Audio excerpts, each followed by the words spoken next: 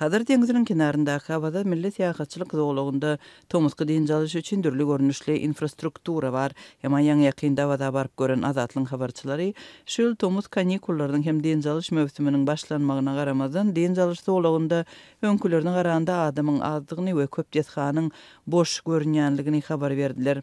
Yerli häkimet idarasynyň işgärleriniň sözlerine görä, bu ýyl dinç alýanlaryň sany geçen ýylyň degişli döwrü bilen deňeşdirilende bir näçesi az mehmanhanalardaky adamlar otoglaryň diňe 4-den 1 bölegini eýleýär.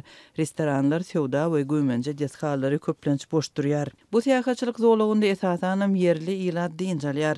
Berk viza talaplaryny ýöredýän ýurtda daşary ýurtly seýahatçylar seýrek bolýar. Awadaky ähli mehmanhanalarda daşary ýurtlaryň sany jemi 10-dan geçmeýär. Dip Adatlyk radiosu bilen anonim gürleşen yerli häkimet işgär aýtdy. Awadaky mehmanhanalaryň işgärleri bolsa otoglaryň adyndan 50% doldurulmasa yerli seýahatçylyk pudagynyň ýitki çekçekdigini aýdarlar. Geçmişde yerli mehmanhanalarda dinç alýanlaryň ýoklugy sebäpli käbir mewsümlerde mehmanhanalar bir näçedak ýapylypdy we işgärler işsiz galypdy.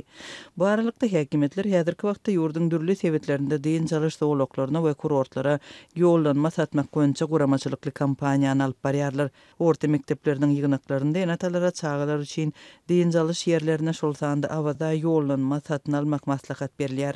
May aýynyň ahirinde Azatlyň Balkan vilayatyndaky habarçysy yerli mekdepleriniň müdirleriniň enatalaryň çağalar üçin ýollanma satyn almajakdygyna göz ýetirip bolardan az mukdarda bolsa-da pul bermegi haýyş edip başlandygyny habar beripdi. Müdirler öz mekdepleriniň çağalaryň we işgärleriň belli bir tanyny dinç alışa öz hatabyna uğratmaga borçly edilenligini ma'lum edipdi. Döwlet edaralary ýyllar boýy öz işgärleriniň awada barmagyny üpçün etmäge borçly edilýär. Ýylatyň ýollanma satyn almakdan ýüz öwürmeginiň esasy sebäbi maddi mesele bilen bagly bolýar. Bir adamyň dinç alış ýollanmasynyň bahasy adam başyna ortaça 2000 manada durýar. Bu ýurtdaky ortaça aýlykdan epesli ýokary bolýar. Habarçynyň sözlerine görä şu mewsümde awada köp sanly täze deshakim gurulypdyr. Yerli infrastruktura, täze restoranlar, kafeler we dürli göýmenje deshalary goşulypdyr. Ulag infrastrukturasyny howa we gury yer aragatnaşygynyň göz öňünde tutulýanlygyna garamazdan dinç alýanlar bu dinç alış zowlugyna gatnamakda kynçylyk çekerler. Uçarlaryň bahasynyň ýokary bolmagy we bilet gytçylygy beýleki transport görnüşleriniň ýetmezçiligi gatnawy kynlaşdyrýar. Awtomobil gatnawy iň elýeterli ulag görnüşi bolmagynda galýar. Şol birakdyň özünde de paýtagtdan awada günde diňe bir awtobus gatnaýar.